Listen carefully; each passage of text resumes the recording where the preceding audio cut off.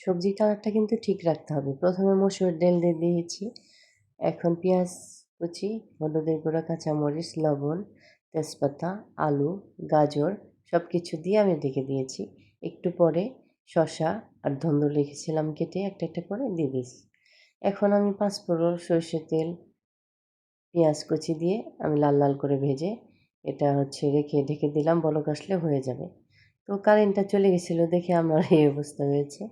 তো এদিকে আমি আরেকটা কড়াইয়ের মধ্যে সরিষার তেল বসাই দিয়েছি, প্রথমে 4টা জিরা দিয়েছি, একটু একটা তেজপাতা, পেঁয়াজ কুচি দিয়ে একটু নাড়াচাড়া করে আদা রসুন জিরে একসঙ্গে বাটা, হলুদের গুঁড়ো মরিচের গুঁড়ো দিয়ে একটু মশলাটা ভালোভাবে নাড়াচাড়া করে নিয়ে কষিয়ে নিলাম। এখন কাঁচামরিচ দিয়েছি আর সাথে পানি দিয়ে এখন বলক উঠে গেলে আমি মাছটা দিয়ে দিলাম। মাছটা যখন একটু বলক আসবে উল্টায় নাড়াচাড়া করে দিব। এই মাছটা কষিয়ে রান্না করলাম।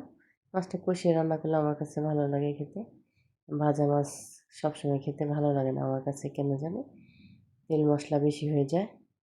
আর এভাবে আমি মাছটা ঝোল ঝোল করলাম, জিরার ফাঁকি দিয়ে দিলাম। এই যে এখন ঢেকে দিব, বলক আসলে হয়ে যাবে। একটু গরুর মাংস ছিল, গরম করে নিলাম। এরকম আরও সুন্দর সুন্দর ভিডিও পেতে কমেন্ট করবেন সবাই। আল্লাহ হাফেজ।